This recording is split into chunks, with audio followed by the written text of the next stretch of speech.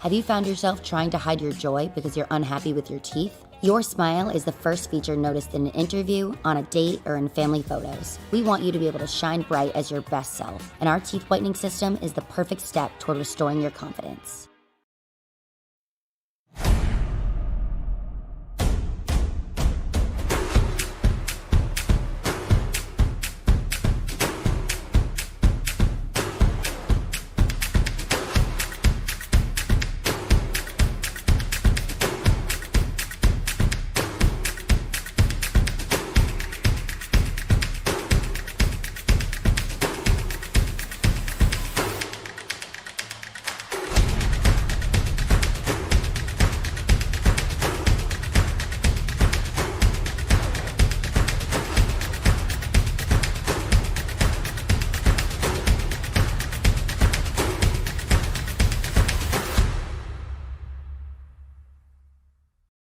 Sound Art introduces an entirely new way to listen to music in your home.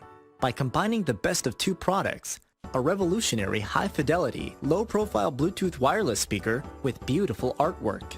Select from a library of artwork or upload your own photos to personalize your experience. Sound Art ushers in an era of invisible, beautiful, and amazing sound throughout your home and redefines your entire entertainment system. The need to reclaim your floor space and rid your home of unsightly speaker boxes that need to be bolted to the wall is now a thing of the past. Our canvas is printed on high-quality permalite by Breathing Color. And select from our gallery or upload your own. Standard sizes include 16 by 20 and 18 by 24 canvas wrapped. Custom sizing is available, as well as surround sound options.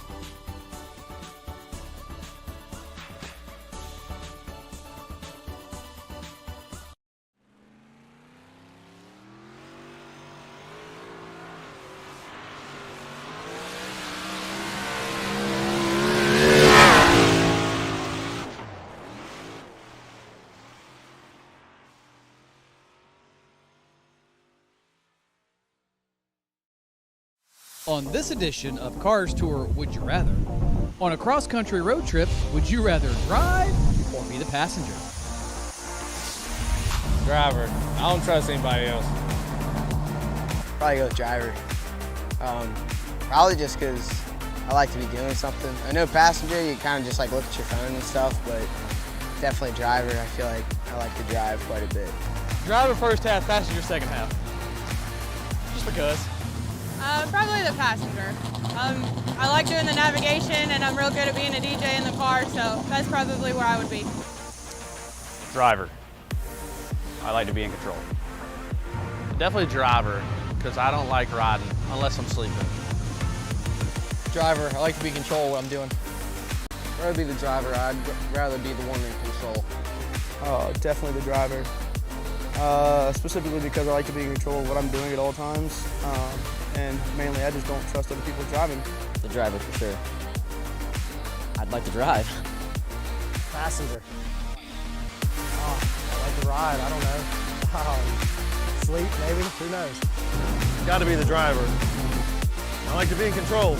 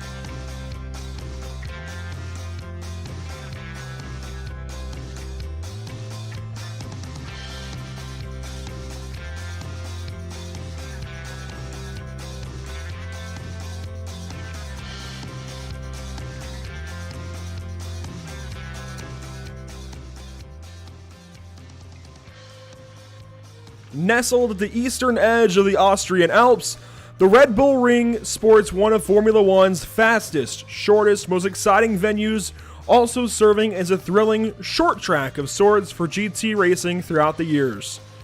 Tonight, it plays host to one of the most important races on the North American Racing League Season 1 calendar. Season's end, is close, points are closer, and drivers have one thing in mind, and that is victory. JP Costa, welcome to the virtual Spielberg, Austria. Glad to be here virtually and glad to share the mic this evening with the aforementioned JP Costa and Trey Shuttlesworth on social media coverage.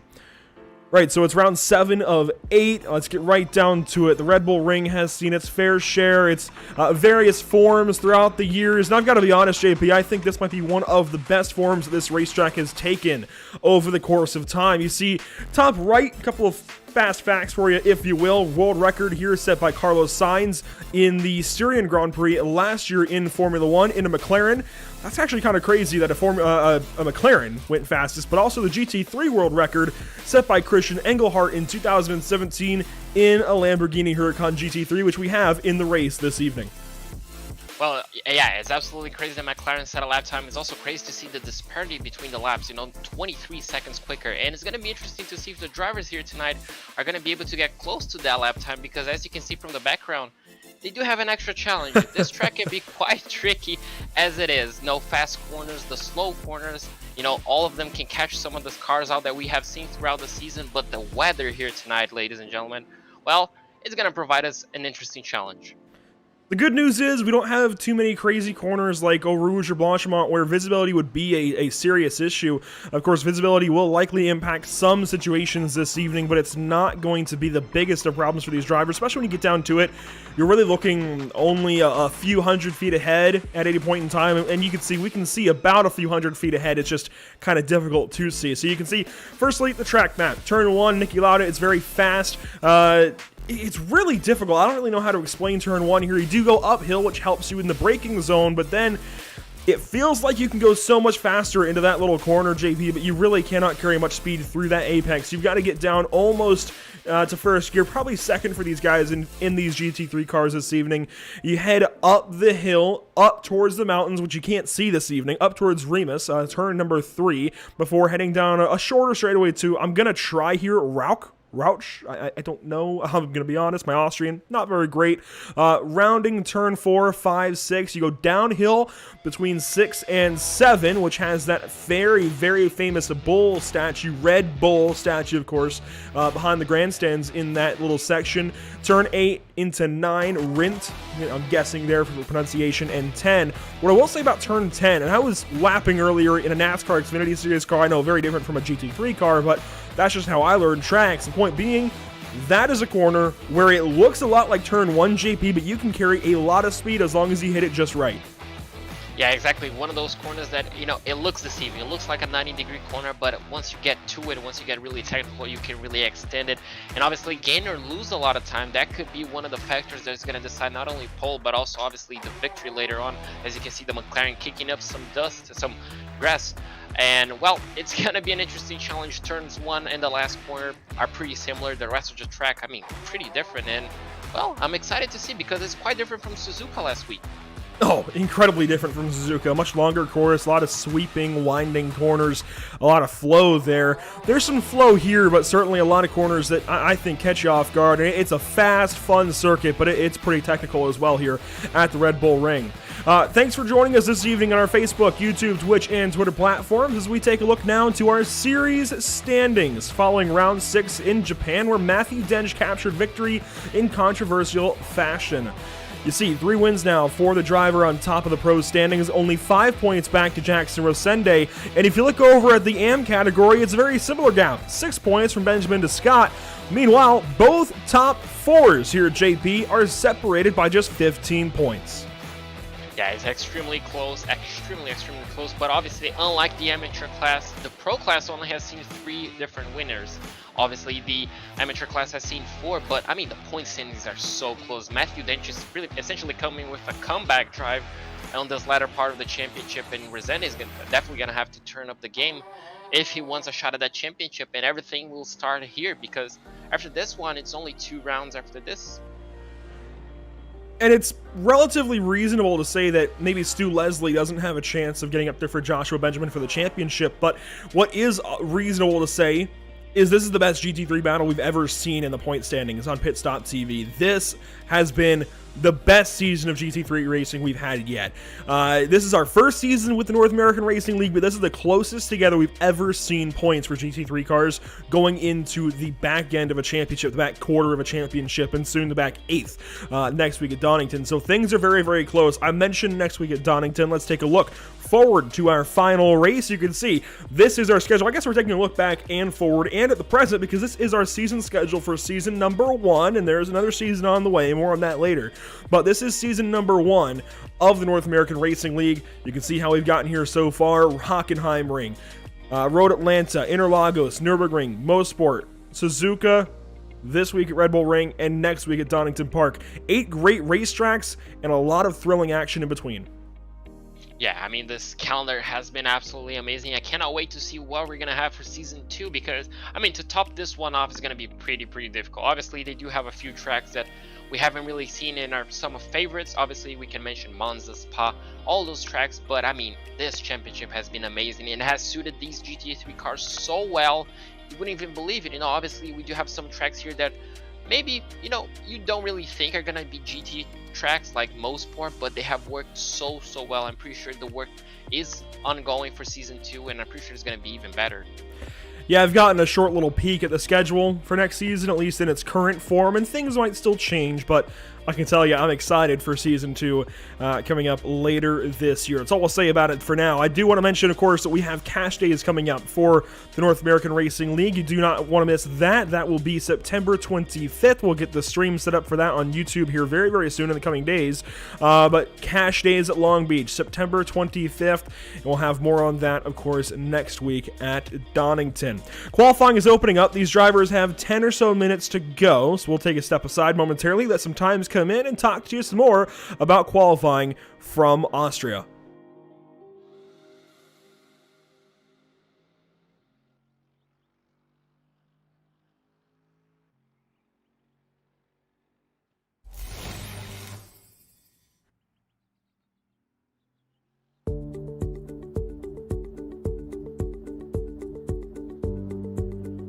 Sound Art is a product that is a speaker and it's art. We combine it together and we call it Sound Art.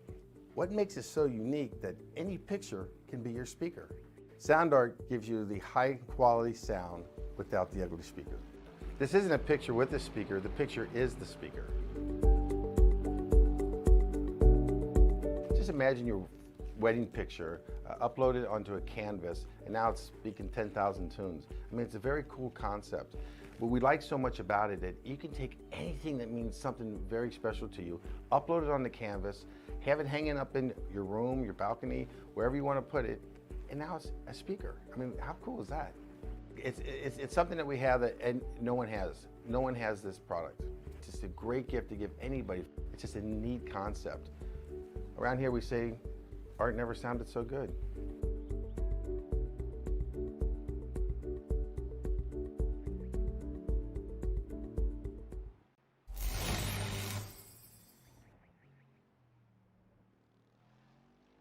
After months of quarantine, we're all interested in how we can become our best self. The team at Permanent Makeup and Cryo is here to help you get the flawless makeup look every day without the extra effort or time. When it comes to your appearance, you deserve the best care that money can buy.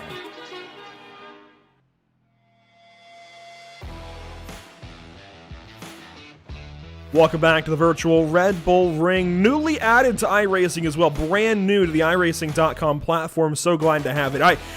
I was telling you guys earlier, JP, I've not had too much experience with this place personally, but taking some laps earlier, nailing down the cameras for this place, I fell in love very quickly, and in a stock car no less. I can only imagine what it's like to lap this place in a Formula 1 car, in a GT3 car like these drivers doing this evening. I can only imagine. I definitely fell in love today with the Red Bull Ring, and I think some of these other drivers are starting to fall in love as well. Here's Matthew Dench in a McLaren. This is different. Well, this is very, very different. We're used to seeing him in a Mercedes, so completely the opposite car. Now Fabio Zamperlini looks like he jumps into a BMW and goes pole, so quite a few different cars here tonight. Scott Kimbrough still on his Mercedes, so we do have a few drivers sticking up to the roots. Now Jackson Resende is still on his BMW, goes quickest. So it's interesting to see because we do have 3 cars in the same tenth of a second for second and third. But, you know, one of them does not really feel like it should be there. Would you say that's the McLaren?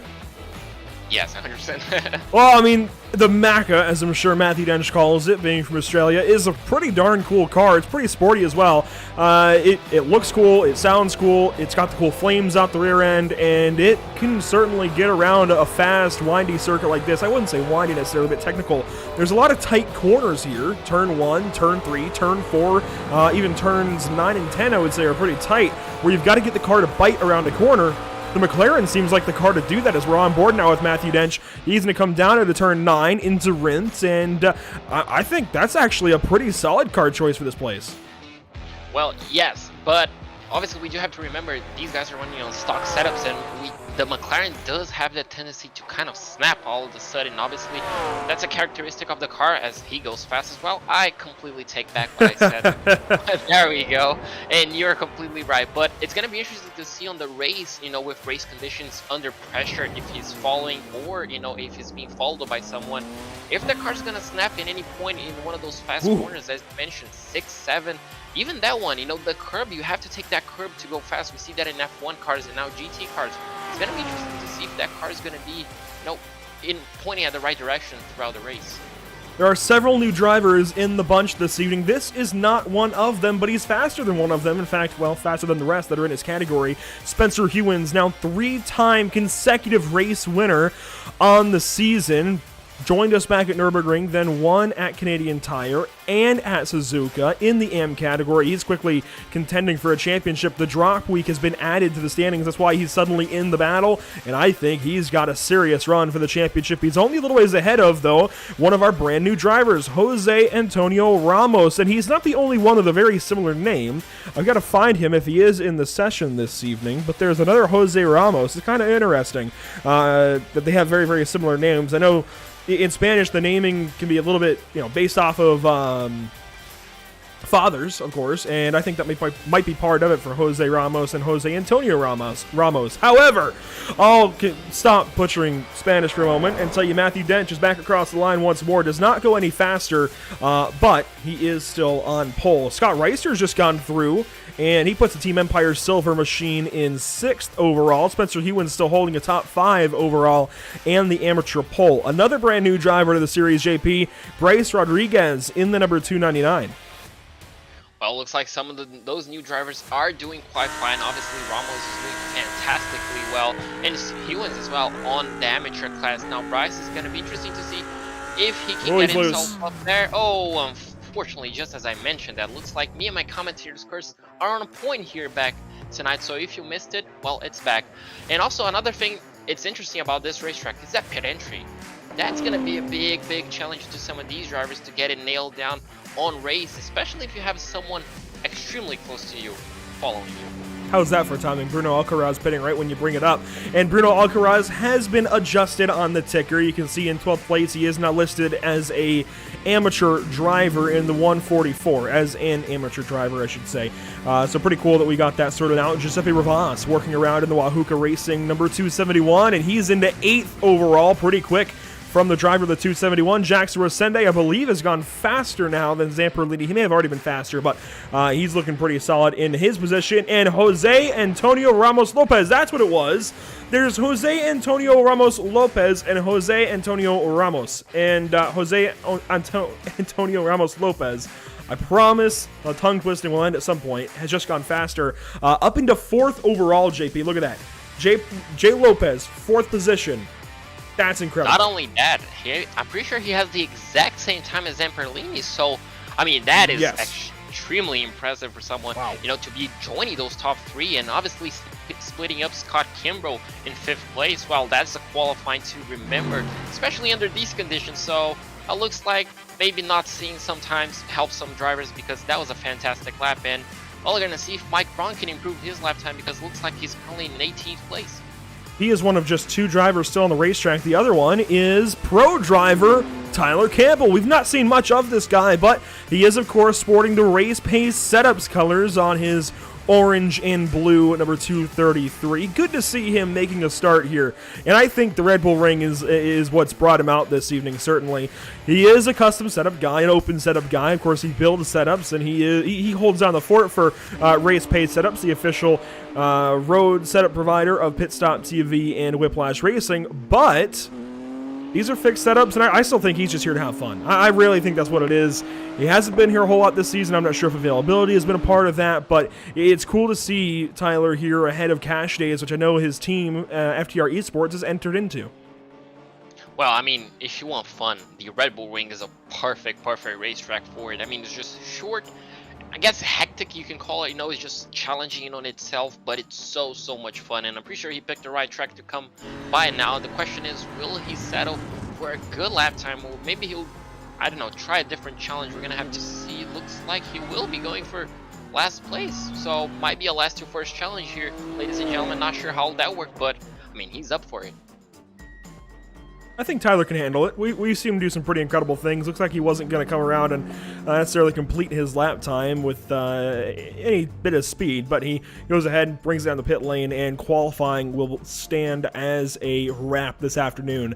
27 cars in total, JP. Quite the number here for the Red Bull Ring.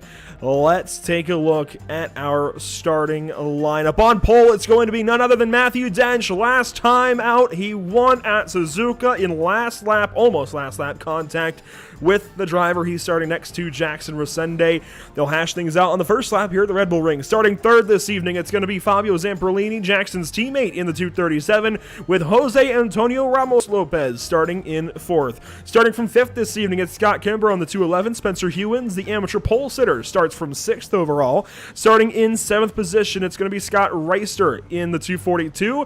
Jose Antonio Ramos, the other Jose Antonio Ramos, starts from eighth overall in the 114.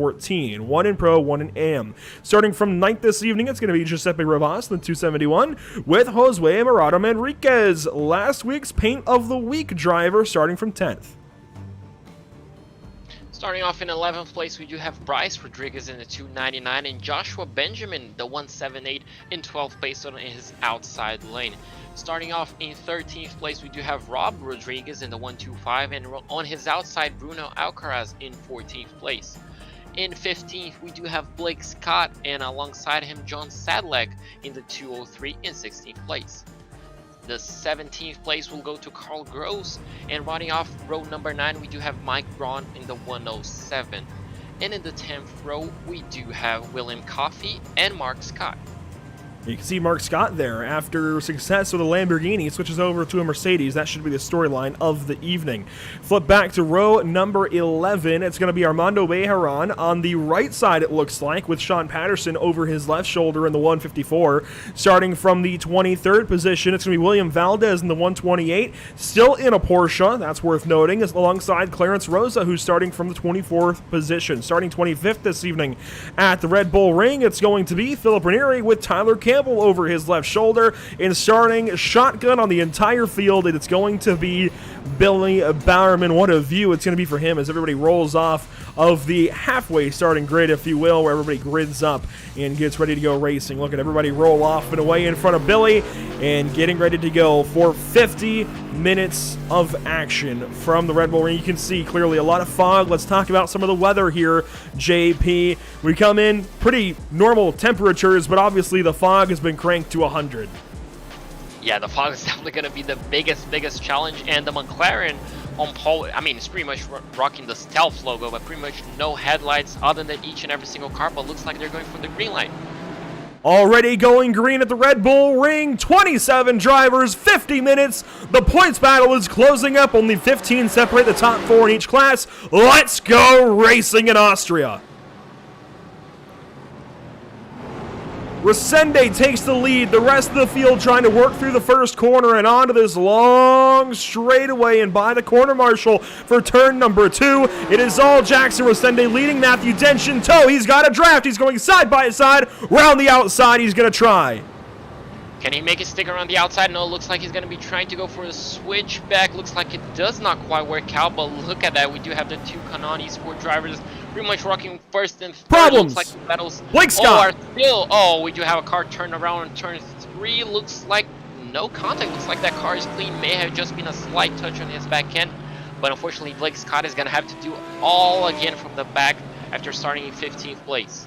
There was definitely contact. I heard some crunches, but no clear damage there for Blake Scott. That's the good news. He comes in second place in our amateur points. The top 3 now. 2 BMWs and McLaren sandwiched between. They work through turn number 7, bottom of the hill, and they will head to the back end of the circuit. Sector 3 now, and Matthew Dench has got to find a way by Jackson Resende. We know how hard it is to pass him.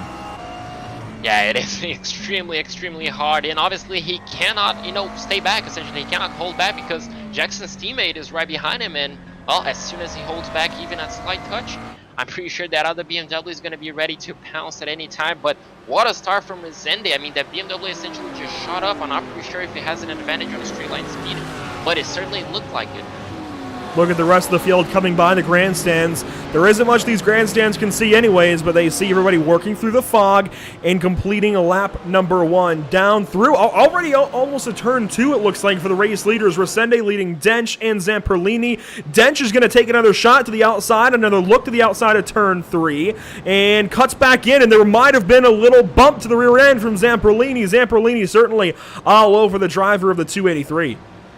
Yeah, exactly. I was going to say, it looks like a small touch, and that caused pretty much Zamperlini to essentially check up and lose a bit of contact between those two, the top 2.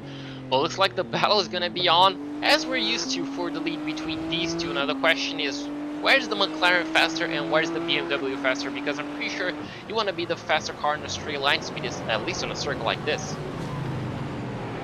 It's tough to say. Clearly it worked out in qualifying for Matthew Dench, but I can't necessarily disagree with your logic. You see these guys working through what feels a bit like an arena section almost through with turns 6 and 7. And it looks like, is that Bryce Rodriguez bringing up 8th place, the last car in our front line? It is. So a newcomer sitting pretty solid in the top 10, and that is a striking blue number 299. Yeah, it's a very, very good livery. It looks. Oh, it's an Alpine livery. Yeah, it's an Alpine livery. I like it. Yeah, it looks great on the Lamborghini. It looks very metallic, very, unfortunately not sunshine to essentially pop that livery, but he's certainly making it look good. As it looks like we're trading fastest laps throughout the grid. Looks like Bryce Rodriguez is going to maintain his 8th place, but yeah, that's a fantastically beautiful livery. And he did just go purple that lap number 2. This is the lead of everybody else, basically. Rob Rodriguez leading things. So from one Rodriguez to the next, it's Rob Rodriguez Jr. side by side. Now here comes Joshua Benjamin. Rob is going to give those spots up. He lets John Sedlak go on through, and he's now got Bruno Alcaraz up alongside. Well, that was interesting. I'm pretty sure he was just willing to give out one position, but he could have had a slowdown as well. Oh yeah, that's true. Turn 1 obviously is very difficult. Now the question is, will he hold out into turn 4? Looks like he's going to be giving out the inside line. He's deeper on their brakes. Will he close the door? Oh, he doesn't. Joshua Benjamin off! Oh no! Rob Rodriguez slams into Blake Scott, Joshua Benjamin. That car is destroyed.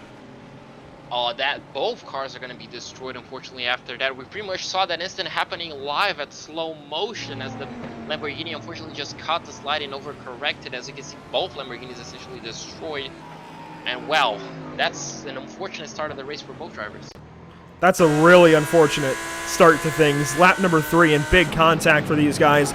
Let's check it out for Joshua Benjamin. He just gets loose. The way the car sits at a turn 4.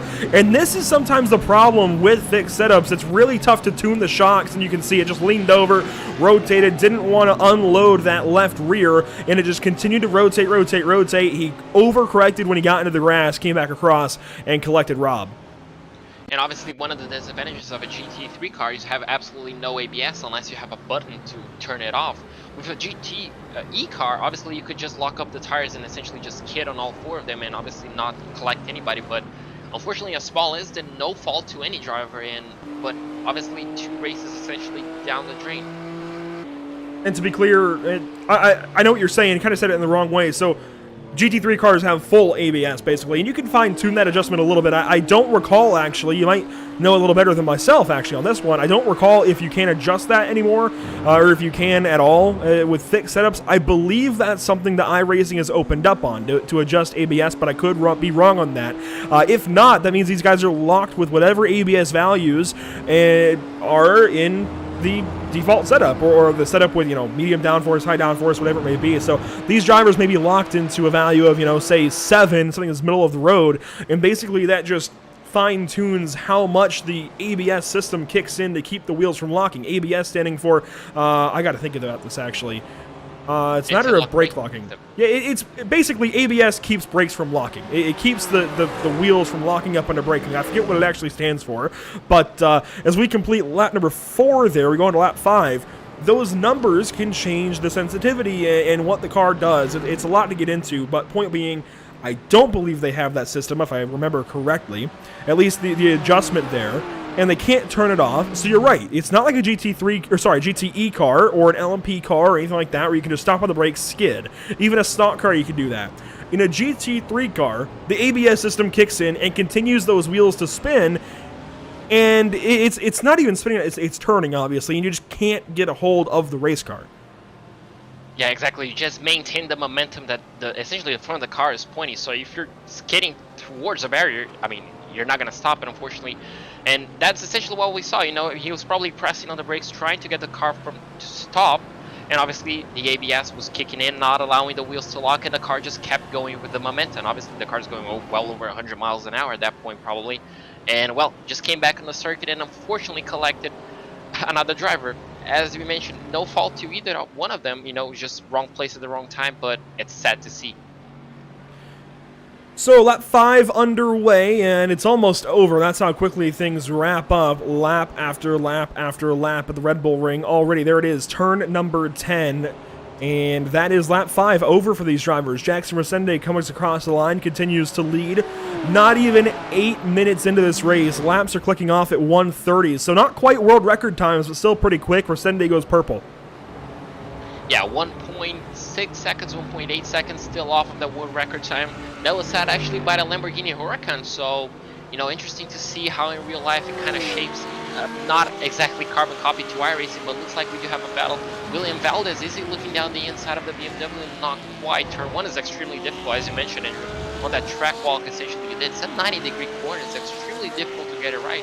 And if you can get a move done by it, this is a shame. That's impressive. Oh, and we do have, looks like another casualty, another Ferrari. Unfortunately, a Ferrari.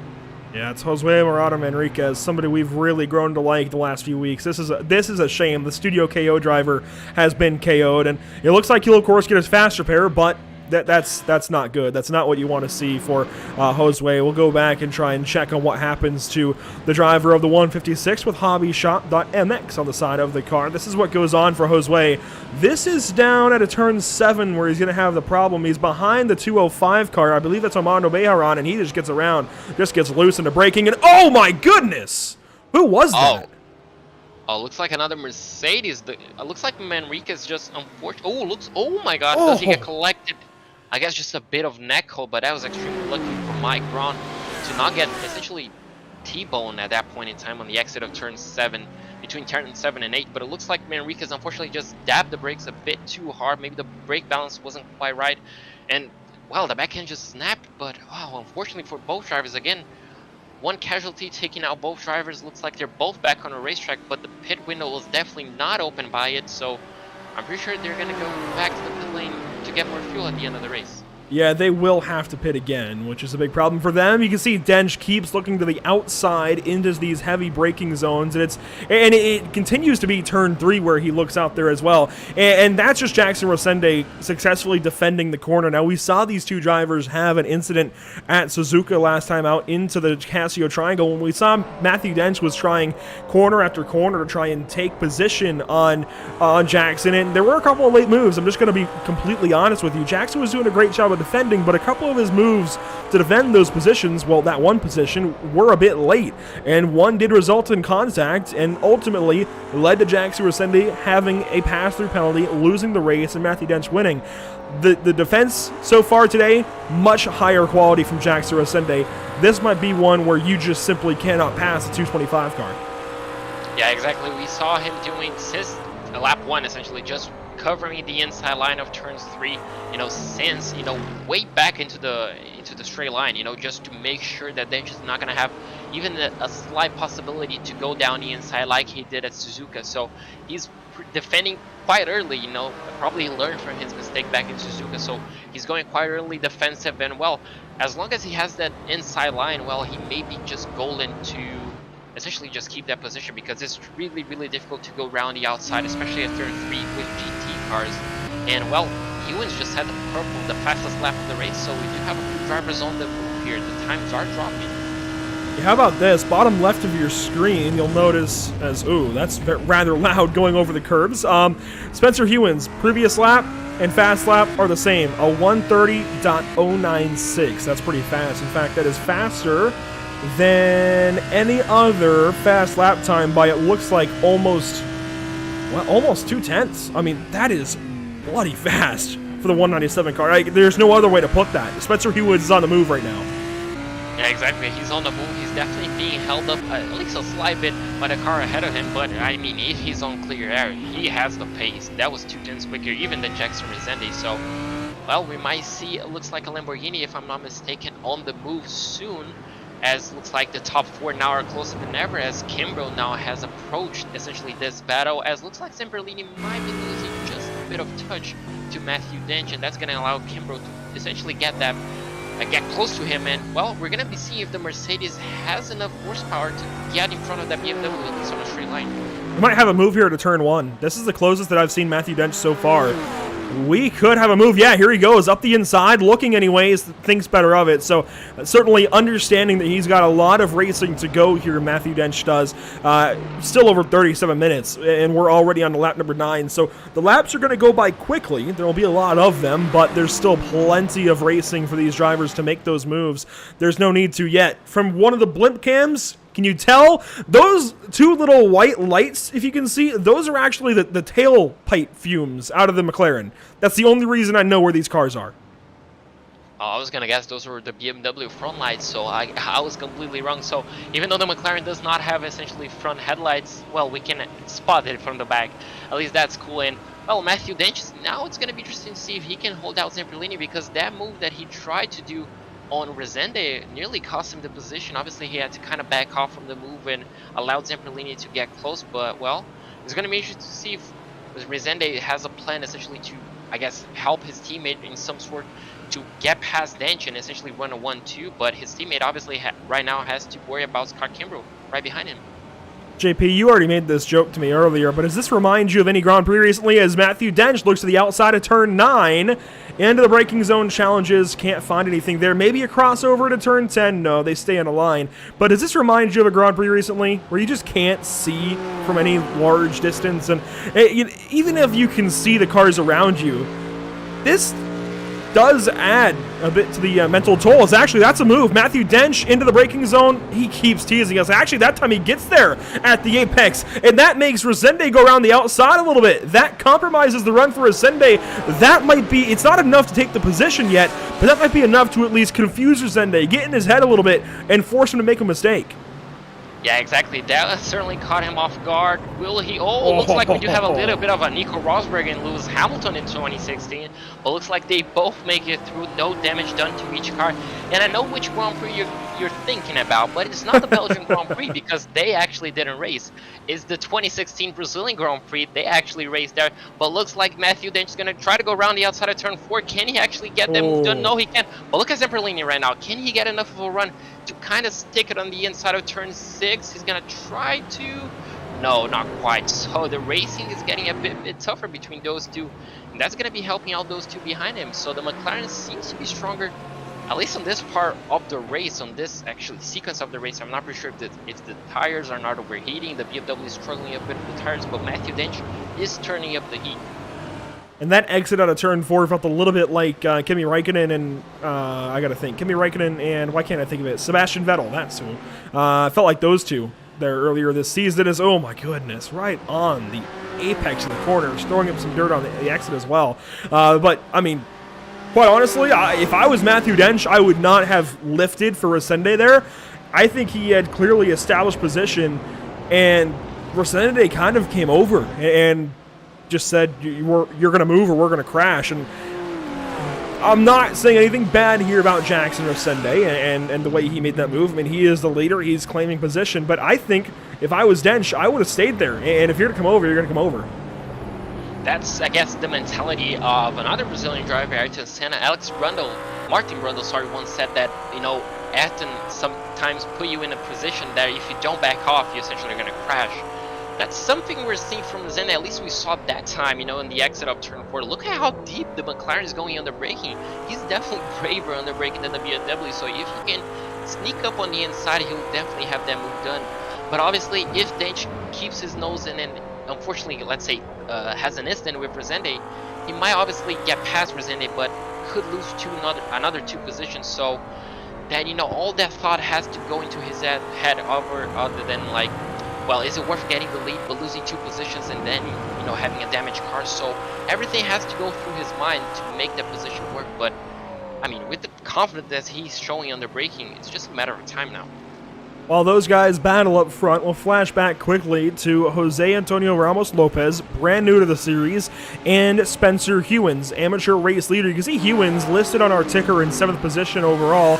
He's ahead of the other Jose Antonio Ramos in the 8th position overall and 2nd in the amateur category. So he's in a Jose sandwich right now and currently would pick up the win, but there's a lot of racing left, and you got to wonder, a BMW versus a Lamborghini, that seems like the battle we've seen all season long.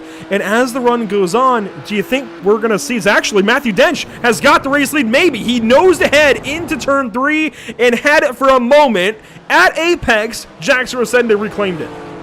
Well, that McLaren is just so deeper on the brakes now. We're going to have to see if he can go around the outside. He proved that before 2 laps ago he could. Now, will he go deeper on the brake? No, he's going to be trying to switch back on turn 4. Is definitely possible. Will he get alongside the BMW? Looks like he is a bit. Jackson Resende cannot essentially close the door now. What will the next move be? Oh, that GT car just does not have enough downforce to go around the outside, and unfortunately he has to back off. So, well, it's getting intense, and I'm loving it. Yeah, you're limited in your moves, aren't you, JP? I mean, these GT3 cars, as mentioned at Suzuka, they have some downforce, but they are still pretty big and heavy. They're nimble road-going cars, but they are still pretty big and heavy. They are sloppy to try and drive. They definitely roll over a little bit into the corners, and especially that BMW, it is a big boy properly, and it will roll over just a little bit. It's tough to get them around these corners. The McLaren a little bit more nimble, but still tough to go around the outside of somebody in a corner like turn 6 here at Red Bull Ring. Yeah, exactly. I mean, we saw in the Grand Prix, it's difficult for F1 cars to go side by side in that corner. So imagine GT cars, obviously heavier, less downforce. The cars are not as grippy. So it's definitely a big challenge. Not saying it's impossible, but going down a move when you're behind someone is definitely going to be more and more tricky. Working close to a half hour to go. That'll be 20 minutes completed in this race. All North American Racing League Season 1 races are 50 minutes long, and we expect these drivers to pit anywhere from 20 minutes elapsed to 30 minutes elapsed. That is, if you want to get even more confused, 30 minutes to go, and I said that backwards maybe before. Anyways, the point is, we're entering the 10-minute window. See, I mentioned if you want to get more confused, well, I get confused sometimes as to which I say where and all of that, but the point is, there's a 10-minute pit window, and it's beginning in 41 more seconds. And 5th place, Bryce Rodriguez. We mentioned him going purple a little while ago at the start of the race. He is getting closer and closer to Scott Kimbrough. JP, this might be a serious upset if Bryce Rodriguez can move up even onto the podium. Yeah, exactly. And let's remember, he does not have to go for a move. And I was just going to ask you, Andrew, just quickly before we move back to Bryce, have we ever seen a closer top 7? Top 7 is separated by 4.2 seconds. I'm not pretty sure we saw that with 30 minutes to go. This is incredibly how close these guys are going. Obviously, the battle for the lead is slowing everybody back down a bit, but still. Now look at how close the Mercedes from Scott Kimbrough is to Fabio Zamperlini, but Bryce, he can just sit back, he can save fuel and watch the race unfold in front of him. We saw that plenty of times where the car behind of a two-car battle. Look at it, the Mercedes going down the inside of the BMW. Will he get that move done? He does. The BMW has no response. It's going to be quite vulnerable to the Lamborghini behind him. So now Kimbrough breaks down the Canon podium and moves himself into third. Now will that Mercedes be able to upset the McLaren driver in front of him? Only time will tell, but he looks like he has a better race pace than quali pace. Yeah, that'll be a bit of an upset if Kimbrough hangs on to that third position over Fabio Zamperlini. Fabio Zamperlini has come to be one of the top runners of the series, if not the, well, no, not the top runner, certainly. I think that goes to Jackson Rosende, but regardless, Canon Esports Brazil owning, I think, realistically, two of the top three drivers in this series, and it would be big if Scott Kimbrough could go ahead and move himself from about the 4th to 5th position, I think, as overall driver, up into that third spot and move Zamperlini out of this podium. That would be huge if Zamperlini is not able to grab the bottom step of our Red Bull Ring podium. Jackson Rosende, though, Matthew Dench, they're still close as ever, and it's just going to be tough as this race goes on. It's going to be tough to not watch these guys. I mean, it's just so easy as Bryce Rodriguez is pitting. Oh yeah, I was gonna say the Lamborghini, the bright blue, even though we cannot see a lot, we can see the Lamborghini diving into the pits. Now, the question is, what's the fuel mileage on these cars? Because I'm not pretty sure Bryce is pushing nearly as This hard is as in the window. Yeah, this is in the window. These guys can pit anywhere realistically from 30 minutes to go to 20 minutes to go. So if you're watching on our timer, that opened up about a minute and a half ago, thereabouts. So this is within the window. It's not within the window by much. He's got to take a full fuel stop, but by getting it out of the way now, you know, I really don't know if there's any benefit to pitting now, is there? Well, no. I mean, hear me out. He doesn't have to necessarily put more fuel in. He's got to make sure he has more fuel at this moment, which will slow him down on the racetrack. But you're still adding, at the end of the day, you're still adding the same amount of fuel, right? You still need to, say, add 7 gallons, if that's the number, right? Whether you do that at 20 minutes in or 30 minutes in, it's still 7 gallons. The problem for Bryce Rodriguez, and likely the reason that we've not seen drivers pit early so far this season, is because, well, you're heavier on the racetrack now. There's more weight in the car when you go back out. Another driver that just pitted is Scott Reister. He heads back onto the racing surface, as well as Joshua Benjamin, who had his issue earlier on. Actually, he has not pitted recently. It was just Reister and Rodriguez. Well, not only that, obviously the weight question obviously is going to pound the drivers, because obviously you want to take the least amount of fuel as possible, because you want your car to be as light as possible. But obviously, you know, he was running with this pack. He had the pace to work the top guns. You know, he was just putting up lap after lap and probably saving a bit of fuel, so he could technically put less fuel in the car. Now he's essentially going to be running with not slower drivers, you know, but people that are not on this pace. So he's probably going to have to fight some of these guys, some of those guys. He's going to end up losing time. So it could work out. Obviously, the undercut might work out, but normally we do see that whenever, you know, tire changes happen. But it's going to be interesting to see, because if these guys continue battling, he's going to be on the profit.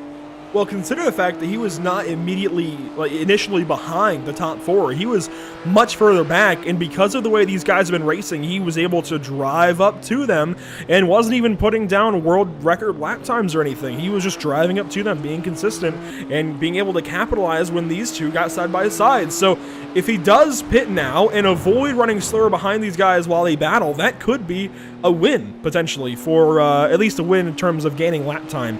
So a short-term win for Bryce Rodriguez. We'll see how the race pans out, obviously, and we'll find out in about 26 more minutes exactly where these guys will be after pit stops. Bruno Alcaraz working on, it looks like John Sedlak. This would be for position number 8. Well, talking about that pace strategy, that could work out for Kimbrough, because he just had the fastest lap time. So if he has the pace, he could probably try to get on with, you know, clear air. But yeah, I mean, well, just as I mentioned that, well, look at that. I'm probably gonna go play the lottery or something, because he's definitely doing what I thought was possible. Now the question is, will he emerge back on traffic or clear air, because that could decide the race. Here comes amateur leader Spencer Hewins. This might just be a race where you've got to get out of traffic. This is bizarre. This is completely opposite from what we've seen all season, JP. All season, every driver that could wait until the end of the pit window has waited. Now we see a lot of the field, a lot of the heavy hitters coming in early. Yeah, Exactly, and this could play out big, you know, in just a few minutes' time as the whole field essentially comes back. Now the question, obviously, when are the leaders coming? When is Rezende and Dench? Zamperlini has lost quite a bit of touch. He's 2.6 seconds behind his teammates, so probably a small mistake. And he could benefit from essentially going up on the undercut while those two essentially just stretch out the tanks. So it's going to be interesting to see. Looks like to answer one question, Scott Kimbrough is headed through turn 2 now. That Lamborghini behind, that's Bryce Rodriguez. You can see Bryce Rodriguez there with the blue nose, that Lamborghini. So the gap is somewhere about 2.5 seconds. Bryce has actually lost a lot of time in this pit stop to Scott Kimbrough, but that could come from a lot of things. Of course, pit entry, pit exit, maximizing the tough pit entry and pit exit here is key. That is likely where a lot of the time comes from. That said, it's about a 4/10 of a second difference in the pit lane that catches these drivers out, and Matthew Dench is now pitting. So a lot of these drivers, almost everybody, pitting much earlier than we ever expected. Yeah, exactly. This is completely odd, something we're definitely not used to. But, you know, I'll welcome it. You know, it's just throw a spinner in the mix. And weren't we talking earlier about mixing up F1 races? Yeah, exactly. There we go. I mean, everything is coming together on this race. Now the question where will Kimbrough come back? You know, where will he feed back into? Now Matthew Dench has to absolutely nail his pit entry and his pit exit, and obviously put just the right amount of fuel to essentially get back up ahead, because Kimbrough was putting some fast lap times.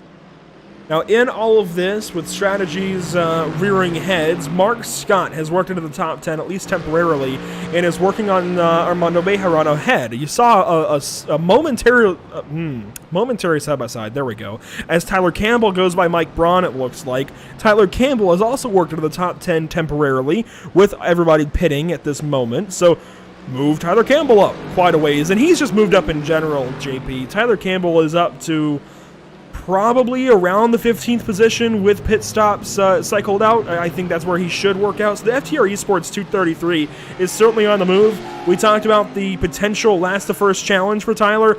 I doubt it's going to be last to first, but last to the top 10, I think that's last to the top 10 is pretty well within reach. I mean, and that would be an amazing result. We had a 27-car grid. If you can move up 17 places in a sprint race, essentially, that's going to be amazing. As just as you mentioned, looks like that is Jackson Rezende coming into the pit lane, so Fabio Zamperlini will move up to the lead of the race, at least provisionally. And now, where will he feed? Because I was looking at the timing sheets, looks like Matthew Dench came essentially 2 seconds, 3 seconds ahead of Kimbrough, looks like it. And now, if he underfueled the car, well, that's a strategy we've seen from Rezende, you know, time and time again. Will he come back ahead of the BMW driver, ahead of the Canon Esports Brazil driver? So you started to talk about the gap from Kimbrough up to Dench. The gap is sorting itself out, and as soon as these drivers cross the start-finish line, they will update names. But the gap, actually, no, it should go now. It should update. No, it doesn't. It still puts Scott between them. But the time there, the gap is correct, and that is from Kimbrough up to Dench. They just worked in front of Hewins exiting the pit lane. So this is what things look like up front for the moment, anyways, as there's a battle with Mark Scott and Tyler Campbell working through turn 4. Now looks like we do have a battle of at least further ahead from the leaders, but back down into the grid. As looks like the Mercedes is not going to quite look down the inside. He tried to look down the outside. Will he try to switch back move? He's extremely close to the BMW. He's going to have essentially a bumper. Not quite. Looks like the BMW clears it. But that was interesting from the Mercedes, as he does get quite close. He seems to be braver on the brakes as the BMW essentially misses the apex on turn 6, but keeps the position, luckily for him. It's nearly impossible to overtake on this part of the circuit, but it's a challenge nonetheless. But looks like these guys are going to be holding out for position, at least for the time being. Now, will any of them dive into the pits? Maybe the Mercedes? Doesn't look like it. Can I just say, look at the reflection on the roof of Mark Scott. Well, now, it destroys my point, is he's actually going to pit along with Bruno Alcaraz, it looks like. And is that Armando Bejarano exiting or entering in front of him? It is. So Bruno Alcaraz comes in. There's the 144 BMW of Bruno Alcaraz. Armando Bejarano comes in as well in the 205 car. We saw Mark Scott pit. So he comes in, and now some of these positions are starting to cycle out. Here's William Valdez, the number 128 Porsche, finally pitting. And do we have any others on the way? I think that's it for this lap. So 4 drivers in on this particular lap around the speedway. There's only 5 drivers now up in the front that have not pitted, those being Fabio Zamperlini, Jose Antonio let me back up. Let me try that again. 4 names are tough to rattle off quickly. Jose Antonio Ramos Lopez in the second position, with Jose Antonio Ramos sitting behind him, then John Sedlak and Tyler Campbell. That's your top 5, ladies and gents. 20 minutes to go in the race. Expect them in this lap or the next. Yeah, I mean, it's going to be interesting to see because Zamperlini looks like he's holding out pace with his teammate for the time being, at least on the gap, on the relative box. It seems like he's just, putting out at least a second, at least a tenth here and there, so he's keeping up pace. Now, that means he's probably not essentially putting out pace on Dench or Kimbrough, but the gap between those two is quite big. 6 seconds, probably someone either overfueled the car or underfueled, because that's a massive gap that was definitely not there before the pit window. So every other driver in the front that had yet to pit is now pitting on lap 20 coming to 21. As we've seen from Fabio Zamperlini before, he's going an extra lap. I'm not entirely surprised. I'm more so surprised, again, that drivers pitted earlier on, and there's Matthew Dench going faster. So let's talk about how these drivers have cycled out, because Matthew Dench, he's a little further behind Jackson Resende, but he is well within sight of the 225 car. Well, more so the 225 is within sight of the 283. Yeah, exactly, and barely inside due to the fog, but at least he can see his target right now. And well, half a second you can start saving up a bit of fuel if you underfuel the car, and you're definitely within that window to get advantage from the slipstream, from getting that extra tow on these massive straights that we have here in Austria. So it's going to be interesting to see if now he can essentially get his move done, because we see it time and time again, and he's catching up lap after lap.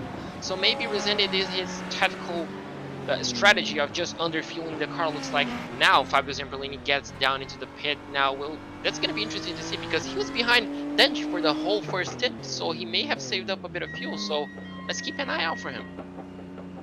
We'll go ahead and sit on board with Fabio Zamperlini for his pit stop, and he comes in, of course, looked like he maximized pit entry pretty nicely. He'll come in and collect his box momentarily. We'll wait for him to, here he goes, pulling into what he can see his Lollipop Man and his pit crew, stops at his box, and he will go ahead and start to take service. No tires for these guys in these pit stops. These races, a little bit too short.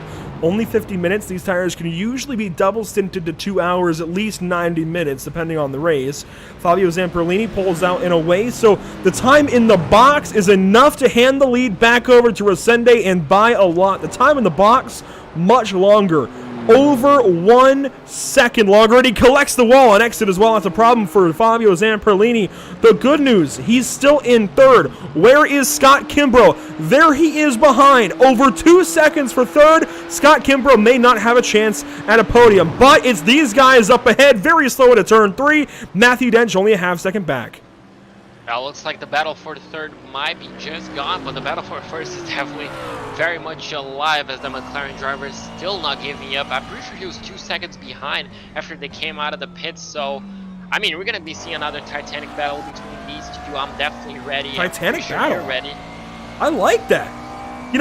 I've talked about this before, and some guys have mentioned, the obviously different sounding commentator on our broadcast, JP, and obviously, Portuguese, your first language. English, second, maybe third. I don't know where it is in line for you. But you have come such a far way with adjectives, especially in the English language. A Titanic battle. I like that. I just wanted to point that is a great adjective to use. Well, thank you. Well, I'm pretty flattered with that. Now I cannot hide the grin in my face. well, thank you.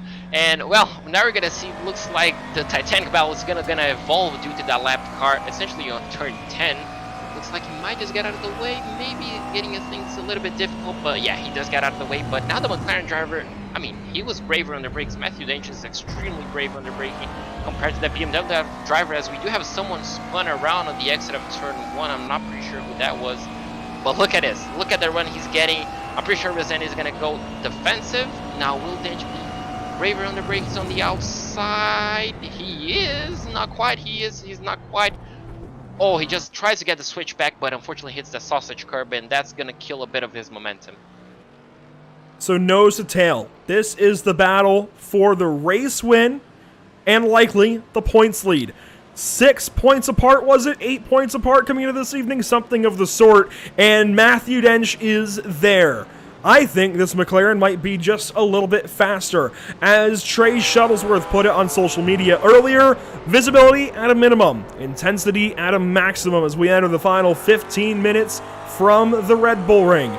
We are going to go side by side. You will not miss a single bit of this battle up front.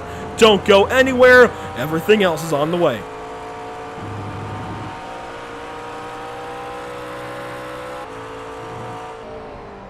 After months of quarantine, we're all interested in how we can become our best self. The team at Permanent Makeup and Cryo is here to help you get the flawless makeup look every day without the extra effort or time.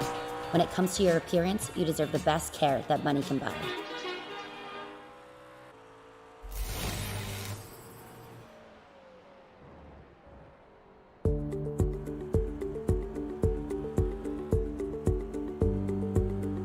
Sound Art is a product that is a speaker and it's art. We combine it together and we call it Sound Art.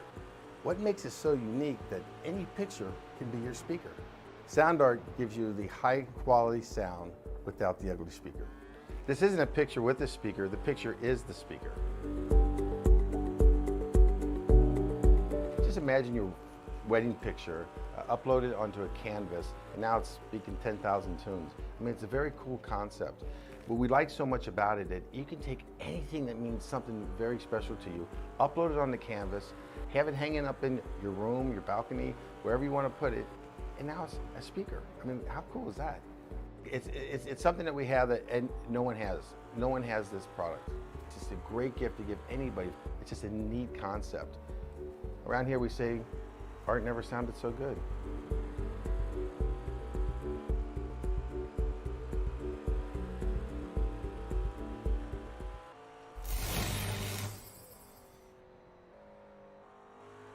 Have you found yourself trying to hide your joy because you're unhappy with your teeth? Your smile is the first feature noticed in an interview, on a date, or in family photos. We want you to be able to shine bright as your best self, and our teeth whitening system is the perfect step toward restoring your confidence.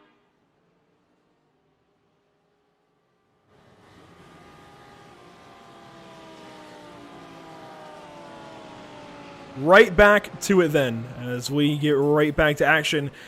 Just under 13 minutes to go from the virtual Red Bull Ring. A whole lot has gone on so far. You were watching that battle, and nothing has changed between these guys. Do want to run you through most of the running order so far. Before we left you, really nothing had changed with the, I guess, complexion of the top five, just spacing between drivers. If you look through the rest of the grouping, JP, so far, not a lot has changed. Scott Reister bringing up our top 10. Bruno Alcaraz in third in the amateur category. John Sedlak in front of him. That is for sixth in the pro category. Hewins and Ramos are our amateur leaders. Jose Antonio Ramos Lopez brings up the back end of the top five for pro. Then it's Kimbrough, Zamperlini, Dench, and Rosende ahead. So not a lot has changed since earlier on in this race. Really, it's just a matter of timing after the pit stops. Yeah, exactly. I mean, after the pit stops, essentially the top 5, the top 10 maybe, you know, it got completely mixed up. We got some drivers that essentially opened up the pit cycle that unfortunately the strategy did not work out, and then we had the late pitters, but these two have stood out. I mean, the pit times, all that sort of stuff, were so different, were so quick from each and every single other driver that I'm pretty sure they underfueled the car, and that could be a massive gamble, because look at it, the gap to Kimbrough, over 7 seconds. They were essentially a second apart before the pit cycle, so this could be really interesting as the time winds down, as the laps keep coming. So, I mean, I'm not saying anyone will run out of fuel, but we saw that happening here at Pit Stop TV quite a few times. And I'm looking over at our YouTube chat currently.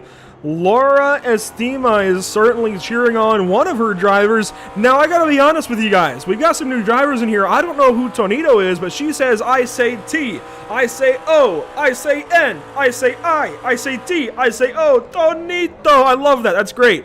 Let us know, Laura, exactly who is Tonito, because we're gonna have to call him that as well. I would imagine that's one of our brand new, we've got a plethora of Mexican drivers that have joined the series, and I love that. I think Mexico is a country that gets put kind of on the back marker, the back burner for sim racing. It doesn't usually get thought of, but we've got a lot of new Mexican drivers joining the series. Here's one of them, Jose Antonio Ramos Lopez. He gets into things. We've also got Jose Antonio Ramos. We've also got, I gotta get back here. It's not been a great day, unfortunately, for Jose Morado Enriquez, but he's also out of Mexico. A lot of brand new Mexican drivers that are bringing a lot of new flavor to the series as well. I guarantee you that Laura wasn't talking about some of those Mexican drivers, but I'm glad she's watching the stream and glad she's having fun. And I mean, am I not getting a joke here? Well, I mean, you'll get it soon enough, and I'm pretty sure, but I'm glad she's enjoying the race because, I mean, it's a fantastic one, isn't it? I see, it's Antonio. So it could be either one of our drivers. Tonito is Antonio. That's what I see on Google. Yeah? It's my nickname to her. What's that? It's my nickname to her. I invited her to watch. There you go. I get a chance. I get a chance to embarrass JP. This is great, guys. If you don't know,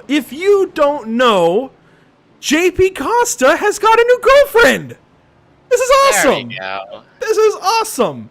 Yes, JP Costa, our own JP Costa, has got a new girlfriend. And buddy, I gotta say congratulations on it. And he mentioned that she might be in the chat later on tonight, and that's Laura. Okay, so that makes a whole lot more sense. I get it now. Okay.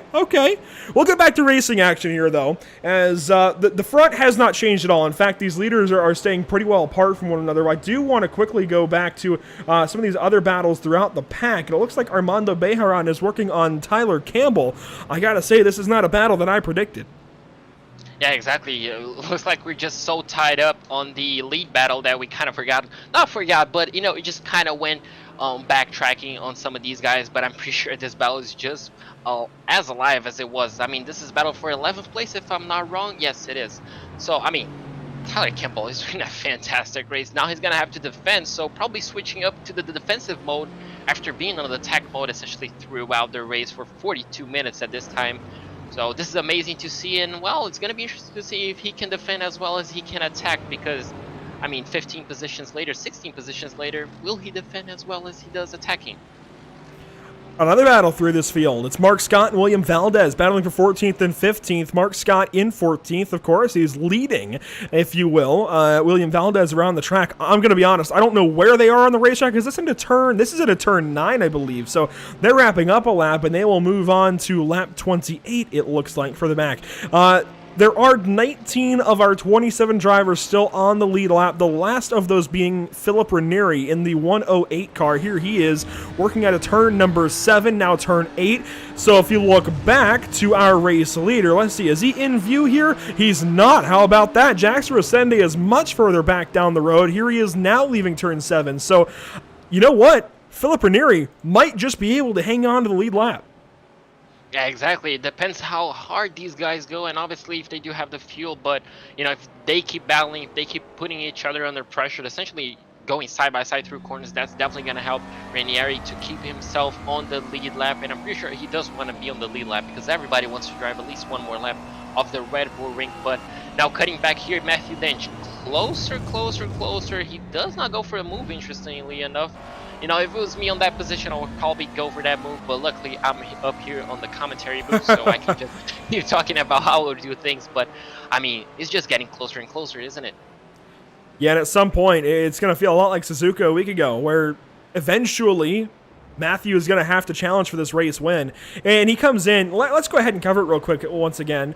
Let's bring the ticker down. Let's go to an onboard here, and let's look at the standings. It's 5 points. I was mistaken.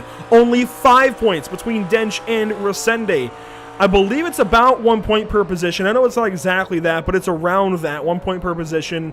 And with the fastest qualifying time going the way of Matthew Dench, I think that helps him.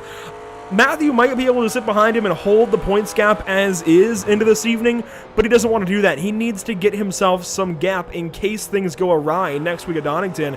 Eventually, he's got to make a move. Yeah, exactly. No one wants to finish second. Obviously, you know, you want to win at all costs, and we saw that last week. Unfortunately, didn't go the way of Rosende. He got a penalty, and that completely switched the championship. You know, that could happen to Dench here tonight. You know, a small mistake can really hurt your championship choices and can really swing against you, essentially. So, I mean, you have to be careful to obviously not essentially ruin your race, but you also have to be aggressive because you don't want to finish second. You want to win. You don't want to be the guy that finished second. You want to be the guy that won at the Red Bull Ring. So just over 5 minutes to go. And I gotta be honest, Matthew Dench starting to lose touch potentially of Jackson Rosende. It's looking like Jackson is just in a zone right now that cannot be matched.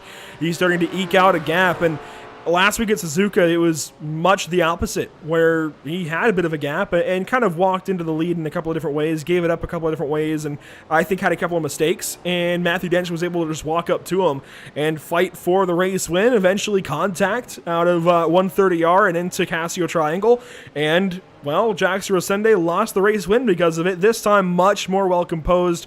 Sure, he's under heavy pressure, but is able to stay, I think, stone cold through it right now. Yeah, exactly. I mean, it's not like he was under pressure for the last 10 minutes. He has been under pressure for the last 55 minutes and 20 seconds, and he still hasn't yet cracked. So, you know, it's something that we saw not only from Rosende, but from Dench and actually Zamperlini as well when he was leading Kimbrough as well. You know, it's just something that these guys just don't crack under pressure. It's incredible. You know, they have been the whole race, you know, being fought up against, you know, going down the inside, defending the position, but still keeping the car essentially on rails. It's just amazing to watch. I gotta say, I'm watching and keeping up with the YouTube chat right now, and it's awesome. Seeing this camaraderie, this level of just fans tuning in for their drivers, this is awesome. All of you guys watching right now, wherever you're watching, be it Facebook, YouTube, Twitch, and Twitter, you guys are all amazing. I'm loving what I'm seeing here. Guaraneri is cheering on Tonito and Jose Antonio Ramos, saying that Ensenada is with them. At least that's what I gathered from Google Translate and my little bit of Spanish class knowledge from way back in high school. So glad that Ensenada is with the Ramos brothers, potentially father and son. I'm not really sure. I don't know exactly. I'd love to find out though. Working into the final 3.5 minutes. Let's do some quick maths. That is 120, 180, about 200 seconds left. And that's, I mean, 200 seconds that Rosende has to defend from Dench. You know, that's gonna be what, 2-3 laps tops. Yeah. So. Well, it's lap 31. We're coming to take 3 laps to go, according to ATVO, based on session timing. And I can believe it, actually. These lap times, only 1.5 minutes. We're going to come around. We've got 2 laps basically in the tank from here. Yeah, that makes sense. To be 1 more lap, I guess, to wrap up, I suppose. We'll see how it all works out. If they get 2 to go this time, we'll know. Otherwise, I think we're going to have... I just don't know. We'll find out in a moment, I guess. It would make sense. More sense, I suppose, to be 2 laps to go, wouldn't it, this time by? Yeah, exactly. It would finish up on that final lap, yeah. Yeah, if we're not going crazy, it should be 2 to go. No, wait. Well, they're on to lap 32 now. It still says lap 32 of an expected 34. There's 2.5 minutes left in the race. We'll let it run out. We'll see what happens. Regardless, these drivers are running out of time. There is not much time left. I mean, Matthew Dench has got to get up there. He's got to make this close up to Jackson Rosende. It's got to happen now. He does have a BMW up ahead. Who is that? We can go ahead and find out. That was the driver. It is Philip Ranieri, yes. Glad you remembered that. For some reason, I didn't remember that. But yes, Philip Ranieri in the 108 car is 19th, and you can see the leaders in the background. As we're getting a little bit of sun here. Let's take the scenic blimp. There's sunlight. It's just working its way through that fog, and this fog is going nowhere. It is unrelenting. Well, it's definitely difficult to see. At least it's going away for the celebrations post-race. But, you know, as you mentioned, as the clock is winding down, looks like Matthew Dench, well, now he's got quite close, you know, 0.3 of a second. This is another battle that's kind of heating up, lasted a second now. I'm not pretty sure it's going to be enough time. But Zamperlini is definitely lost touch to the top 2, but he's definitely losing a little bit of pace compared to Kimbrough. So the question is, will he run out of time? Because Matthew Dench ran out 0.2 of a second behind Rosende, but I'm not sure if he's going to have enough time. He has to make a move sooner than later. Now, down into turn 1 on the last lap. Will he do it? We'll see. I saw the flagman waving a flag. This might be it. This might be the white flag for these drivers. Matthew Dench on Jackson Rosende. No move here. Gotta wonder if maybe he's reserving something for an extra lap potentially. We just don't know. So we've also been told Tonito is the nephew and Antonio is the uncle. We'll get more clarification on exactly who's who later on, but this is the battle for the race win. Philip Ranieri hangs in the balance. Look at this braking zone from Matthew Dench right up alongside of Resende. He might try and use the lap car as a pick. Where does Philip Ranieri go? Hanging right now, maybe in the middle of the racetrack, down to turn 4. He's going to be right in the way. Oh, that lap car could play dividend. That's going to be so interesting to see. It's essentially going to be, oh, does he go down the outside? He tries to look at the switchback. Will he get that done? Oh, Resende looks like got a big compromise by the lap car. He's going to have to go defensive into turn 6. Not something we see. The McLaren is going to be trying to go around the outside or trying to get a switchback. He's trying to get a switchback. Oh, but just not enough drive, not enough downforce. And it looks like he's going to be stuck at least on second place until they head into turns 9. Will he make a move down the inside of turns 9 and 10? There we go. The Tucson Sound Art white flag at Red Bull Ring. It's official. This is the final lap for these drivers. Jackson Resende has just one more corner to go. Where does Dench go? Up the inside at 10? Maybe? No. He stays behind. Can he get the run to the start-finish line? It's not going to happen. Jackson Resende is now a 3-time winner right there with Matthew Dench, and the points battle thickens. What a finale. We thought it was all over. It definitely wasn't. And I mean, a perfect battle for the lead. Just essentially looks like Hewins is going to be winning the amateur class after essentially it looks like a solitary drive for him after the pits. He's going to be finished off in 6th place overall, but he's going to be winning his class. It looks like Ramos is going to be finishing 2nd place in 7th place. A great show for the amateur drivers. And first starts here as well for Jose Antonio Ramos Lopez and Jose Antonio Ramos. So that's really cool to see. I dare say Antonio Ramos Lopez would be your younger of the two, the nephew, and that Jose Antonio Ramos is your uncle. So I think that's how that would work out, I believe. But hey, we'll find out, I'm sure, soon enough. It's just incredible what these two drivers up front were able to do this evening. Lockstep formation all 50 minutes. Jackson Resende and Matthew Dench, they were on top of one another. It was Jackson Resende in turn 1 getting the race lead that changed the race forever. It was the move of the race for him, obviously. I mean, the only move essentially that he did throughout the race for position. He got a perfect drive, essentially, I guess pretty much time to perfection. The green flag, and well, he didn't look back. He didn't make a single mistake throughout the race, and that's how he did it. Amazing drive, getting it done by turn 1, essentially. Several other drivers coming around, collecting their checkered flags, finishing things up from the Red Bull Ring. So glad to have brought you 50 minutes of action this evening from this fantastic Austrian racetrack.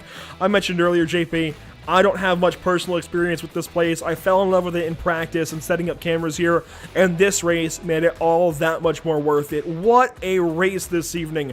The leaders on top of each other for 50 straight minutes. Even through differing pit strategies, you never could separate them. Yeah, exactly, and that's something we're kind of used to seeing with this, with the North American Racing League, and something that I love seeing, I don't mind seeing leaders battling lap after lap for 50 minutes every single week. Yeah, nobody minds seeing it. We all want to see it. It's just rare that you get it in GT3 racing sometimes. Now, they are pretty well spec cars. Of course, they're BOP'd to one another, and that's what DTM is now using for that reason.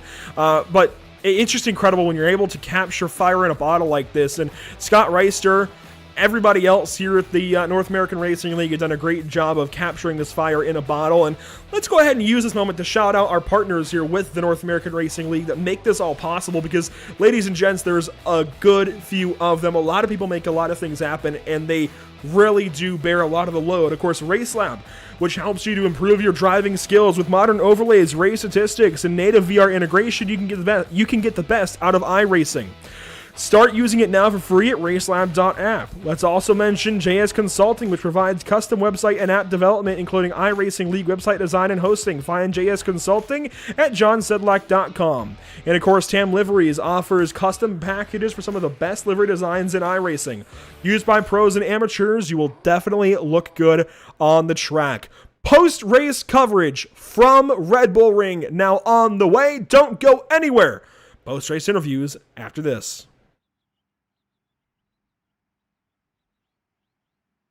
After months of quarantine, we're all interested in how we can become our best self. The team at Permanent Makeup and Cryo is here to help you get the flawless makeup look every day without the extra effort or time. When it comes to your appearance, you deserve the best care that money can buy.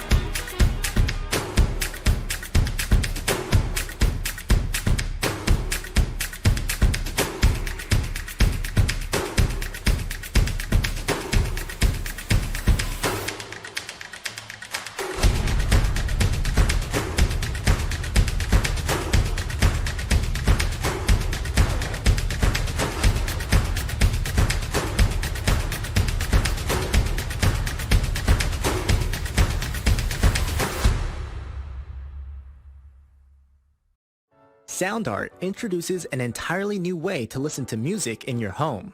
By combining the best of two products, a revolutionary high-fidelity, low-profile Bluetooth wireless speaker with beautiful artwork. Select from a library of artwork or upload your own photos to personalize your experience. Sound Art ushers in an era of invisible, beautiful, and amazing sound throughout your home and redefines your entire entertainment system. The need to reclaim your floor space and rid your home of unsightly speaker boxes that need to be bolted to the wall is now a thing of the past. Our canvas is printed on high-quality permalite by Breathing Color. And select from our gallery or upload your own. Standard sizes include 16 by 20 and 18 by 24 canvas wrapped. Custom sizing is available, as well as surround sound options.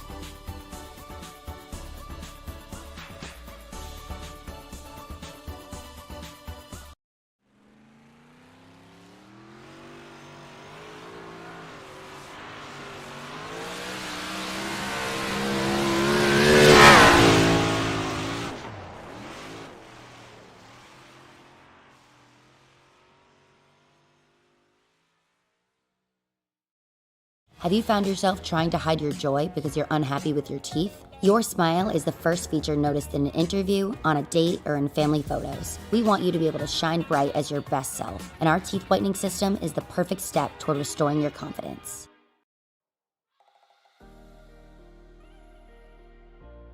Welcome back to the virtual Red Bull Ring. 50 minutes of action, and you guys were there cheering everybody on through all of it. What a race this evening in Spielberg, Austria. I'm so used to saying Australia. Spielberg, Austria. Got to get used to saying that, especially for this fantastic 2.6 mile facility. What a race today. And fog really ramped up the intensity.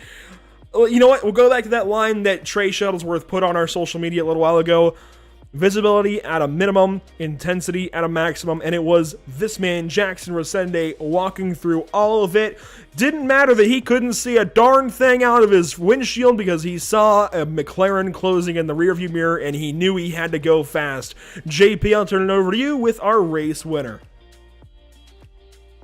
Então, Jackson, faz umas semaninhas já que eu não falo contigo, né? Infelizmente, mas, meus, parabéns pela vitória. Ótimo te ver ganhando de novo, mas me conte pela tua corrida, porque basicamente você ganhou ali na primeira curva, foi incrível a tua largada. Boa noite a todo mundo que está assistindo a transmissão, boa noite, João Paulo. Cara, ali consegui fazer um P2 ali no quali e sabia que para fazer o que eu estava imaginando nessa pista aqui, eu teria que pular para a primeira posição rápido e ali na largada ali, ele ficou muito perto de mim, arrisquei tudo ali na primeira curva ali, consegui. E desde então ali, aí eu coloquei o ritmo que eu quis na corrida ali, eu salvei combustível a besta ali no começo ali da corrida. E coloquei menos combustível ainda no quali, saí na frente dele, continuei salvando combustível e na hora que vi que o combustível ia dar para terminar a corrida, aí eu comecei a acelerar. E o Matthew no meu vácuo ali, até a última volta ali, disputando ali, curva a curva ali. E, cara, muito feliz de estar aqui de volta no pódio aqui. E tava umas semaninhas longe já daqui. Infelizmente, assim, o campeonato está muito mais a favor do Matthew do que para mim. Agora, 5 pontos para tirar em uma etapa é muito complicado, mas vamos tentar na última etapa. Tenho que agradecer ao meu companheiro de equipe, o Fábio Zamperlini, e agradecer aos patrocinadores da equipe, que é a B8 Seguros e a construtora Zimmermann. Show, eu garanto que eles estão super felizes. E pra semana que vem, obviamente, semana que vem, se não me engano, é a última corrida do campeonato lá na Inglaterra.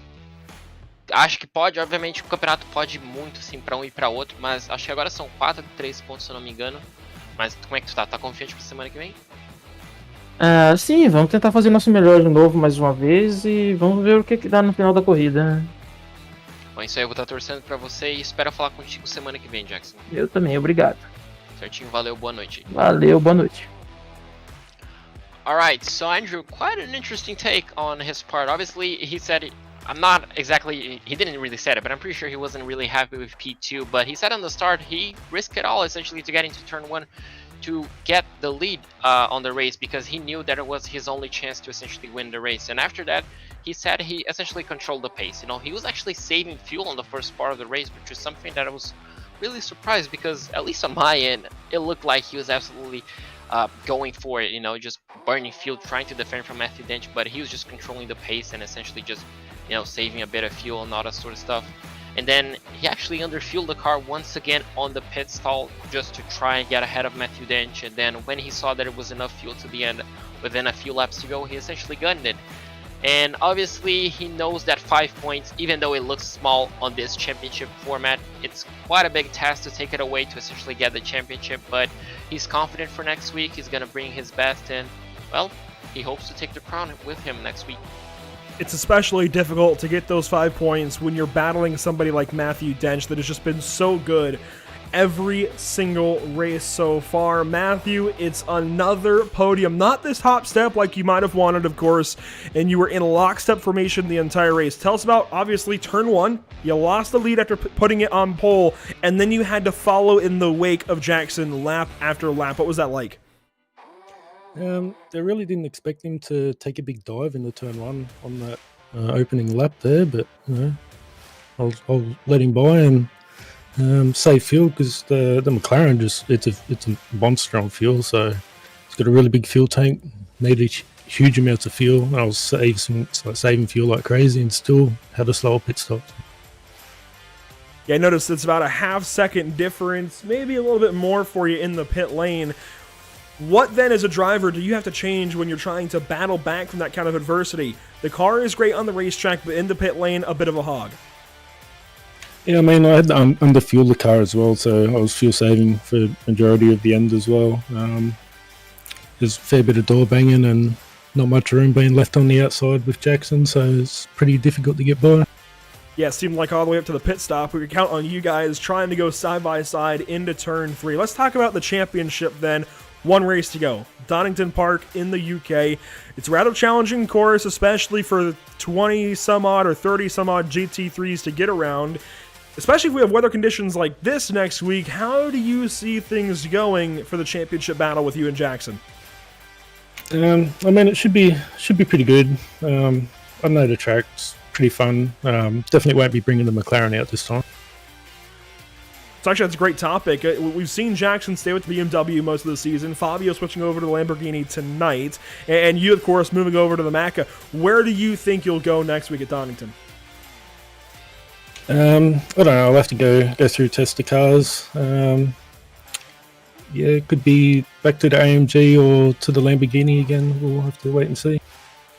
Well, Matthew, it's a fantastic run nonetheless. Even though you started on pole, didn't get any laps led, your strength is shown. You're a driver to be reckoned with, a force to be reckoned with, I think is the saying, of course.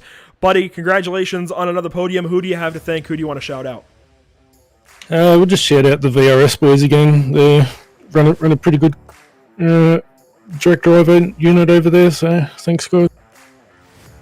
So that's Matthew Dench finishing things up. Second position. Isn't the win he wanted, but he's gosh darn so fast, JP.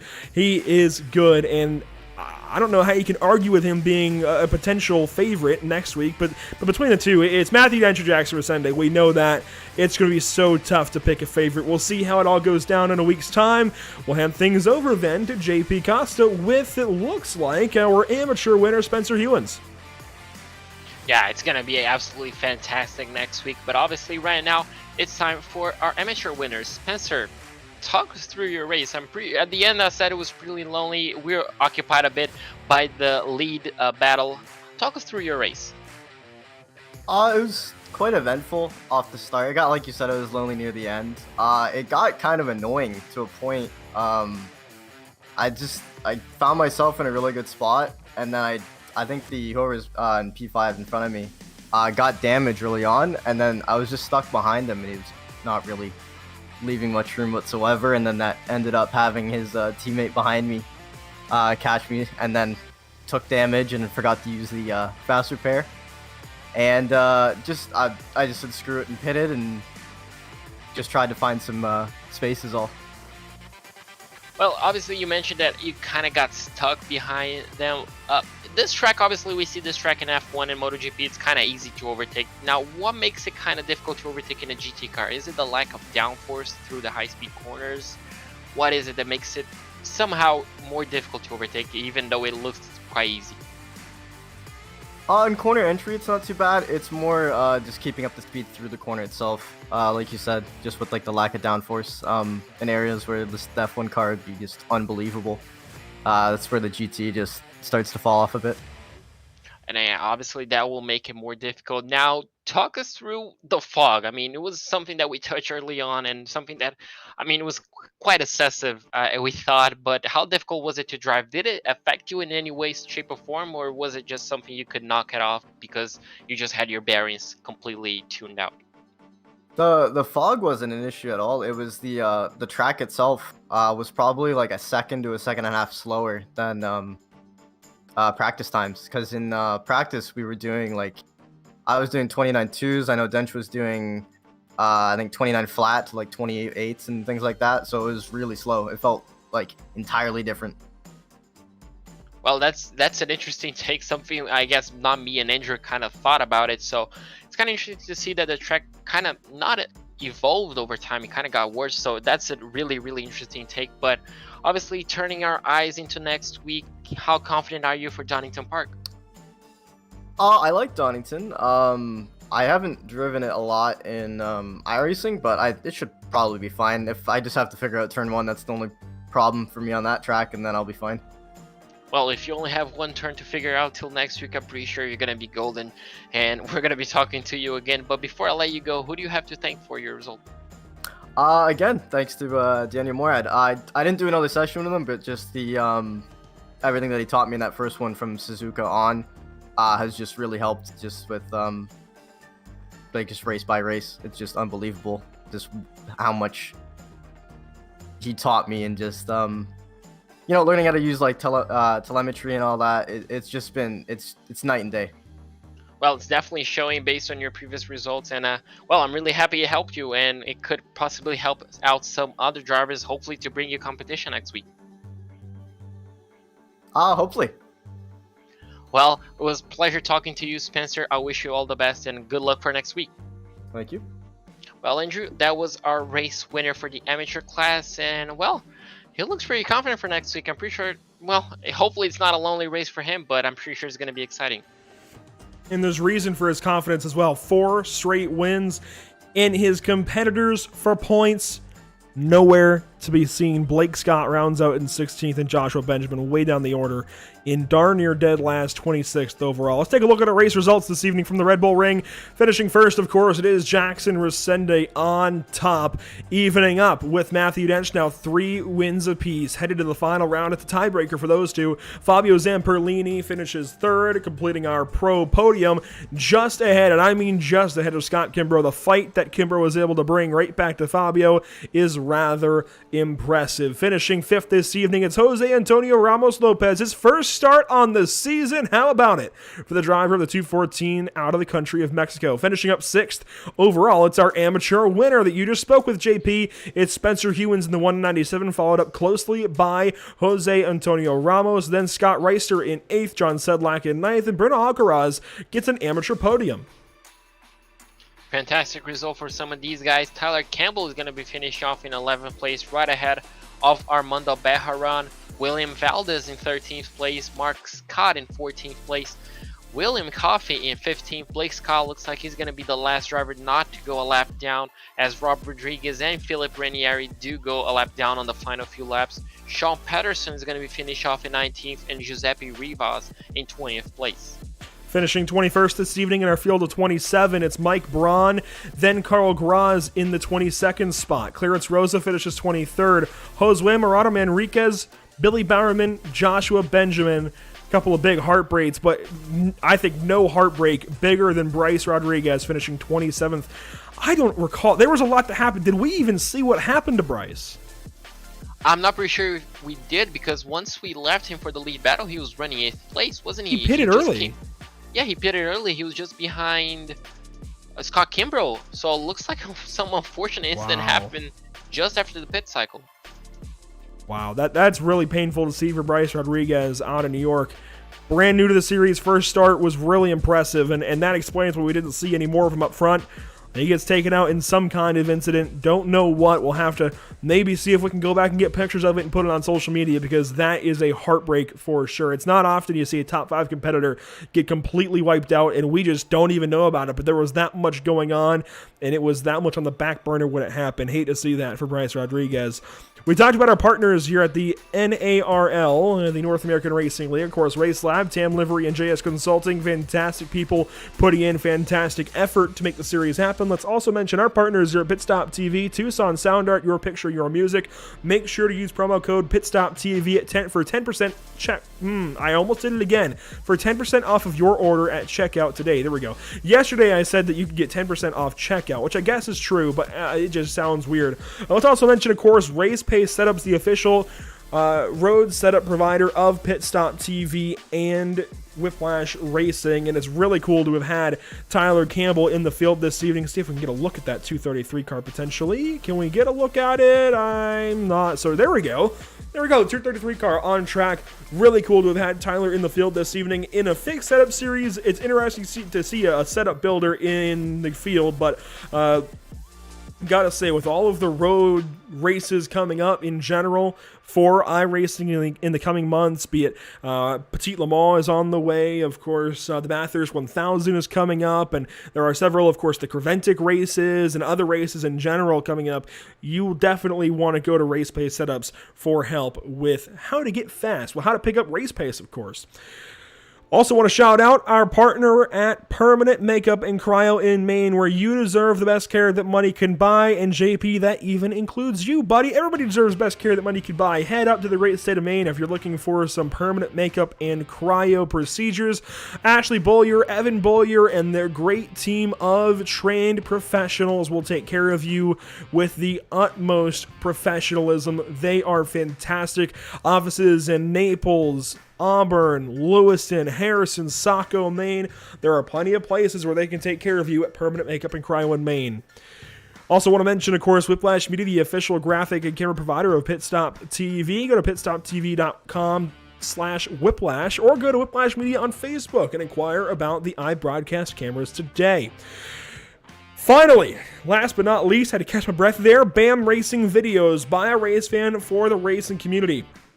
I was talking with Brandon earlier today, and of course it's Brandon Austin Mettler that races in the Cards Esports Tour on Wednesday nights as well. But I was talking with Brandon earlier today. He's got 6 events coming up this weekend, and he needs sponsors. Head on over to BAM Racing Videos on social media. Check them out on YouTube. Check them out on Facebook. There are advertising opportunities, of course, with us at Pitstop TV. You can email me directly at andrew@pitstoptv.com, but also at BAM Racing Videos. He's got a lot of content headed your way, especially over this upcoming Labor Day weekend here in the States. JP, again, what a race. I've been made a firm believer in the Red Bull Ring. I mean, if you haven't been before, this race definitely changed your mind. It just shows, in real life, we do have fantastic races, GT, F1, MotoGP, you name it. I'm pretty sure we didn't have Rallycross here. I'm not 100% sure on that. But, I mean, even on the sim, GT cars, pretty much equal cars, equal machinery, they can behave so differently, yet they're so close to one another. It just provides great racing. And these guys at the North American Racing League have just provided us another great show. And well, I mean, it's just amazing. I just have absolutely nothing bad to say. It's just fantastic racing all throughout the field. absolutely nothing bad to say about this place at all. The Red Bull Ring is a fantastic add to iRacing.com, and I can't wait for future tracks to be added. Of course, Hungaroring is on the way, and several other venues, I'm sure, throughout the coming months and years. Red Bull Ring fits right in among the best of the best throughout not the country, the world. This is a world-class venue, and I'm so glad that we now have it on iRacing. And that's not even trying to suck up to anybody. This is just a fantastic racetrack. I have been made a believer of the track that sits in Spielberg, Austria. Do want to mention our upcoming broadcasts here at Pit Stop TV. There's a lot upcoming. Not that one. That one. There we go. Two. In fact, count them, two broadcasts. You're not seeing double. Two broadcasts upcoming from Darlington Raceway, sandwiching the NASCAR weekend, the triple header weekend, in fact, at Darlington. First, tomorrow night, JP, you're going to be on the call for some oval racing at the MSRA National Series event at Darlington. That's going to be wild. Now, I know you're going to be rather new to the situation for some oval racing, but let me tell you, Darlington is the race to call for some oval racing. It is tough. In fact, it is the track that is too tough to tame. It's the Lady in Black, which doesn't really fit anymore, but it's still one of the nicknames of this place.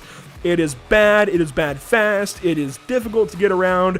The Darlington Stripe has its name for a reason. And we get it not just tomorrow night, Friday evening at 8:15 p.m. Eastern. Fast forward to Tuesday, we're going to have coverage of the Nork iRacing Series in the midst of their chase from Darlington before we wrap up with another roundy round race, if you will. Some more oval racing on Wednesday. The New Hampshire Motor Speedway for the Outlaws Sim Series lies ahead before we wrap back around in a week's time, JP, with the North American Racing League here, not here, I guess, but here on Pit Stop TV at Donington Park in the UK. A lot of great racing coming up, a lot of reasons then to stay in tune with our social media.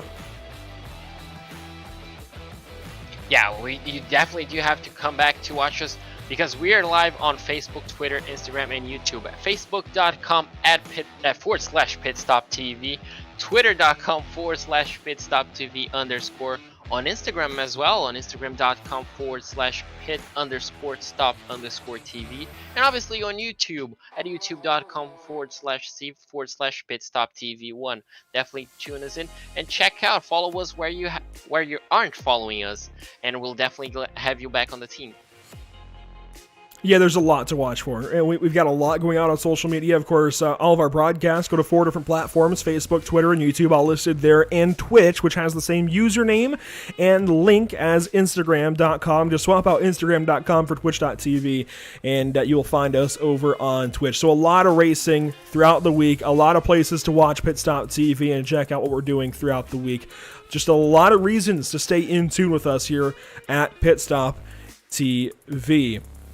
I'm racking my brain here, JP. I think that's going to do it. I think that is going to be it from the Red Bull Ring. Again, made a believer of this place for sure this evening. Happy to have had you all here tuning in and joining us for tonight's action, and we hope you enjoyed tonight's broadcast. For all of Pit Stop TV, JP Costa alongside on the mic, Trey Shuttlesworth on our social media coverage. My name is Andrew Cardinale IV, and if you want to join our growing crew, we certainly could use you. Email me directly at andrew@pitstoptv.com, be it for business inquiries, advertising inquiries, inquiries to just join the team, whatever it may be. Email me at andrew@pitstoptv.com. There we go, and I'll take care of you. Once again, thank you so much for tuning in. We'll see you next time, and good night.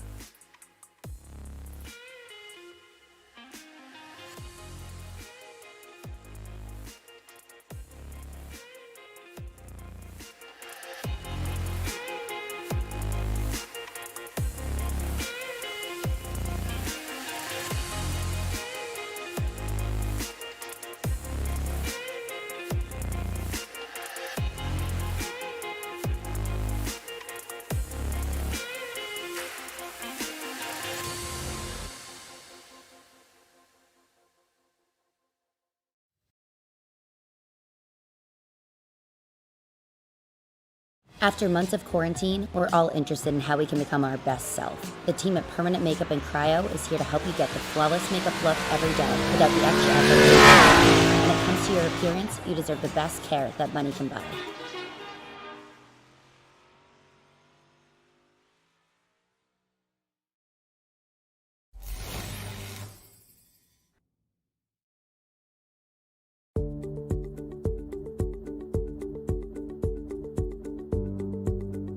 Sound Art is a product that is a speaker and it's art. We combine it together and we call it Sound Art. What makes it so unique that any picture can be your speaker? Sound Art gives you the high quality sound without the ugly speaker. This isn't a picture with a speaker, the picture is the speaker. Just imagine your wedding picture uploaded onto a canvas and now it's speaking 10,000 tunes. I mean, it's a very cool concept. What we like so much about it that you can take anything that means something very special to you, upload it on the canvas, have it hanging up in your room, your balcony, wherever you want to put it, and now it's a speaker. I mean, how cool is that? It's something that we have that and no one has. No one has this product. It's just a great gift to give anybody. It's just a neat concept. Around here we say, art never sounded so good.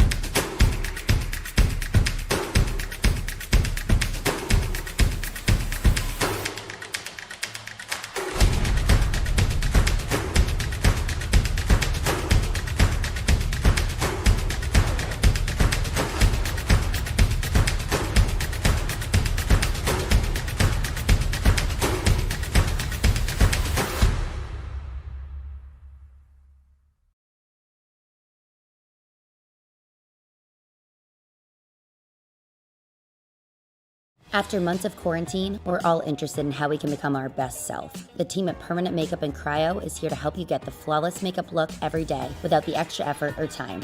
When it comes to your appearance, you deserve the best care that money can buy.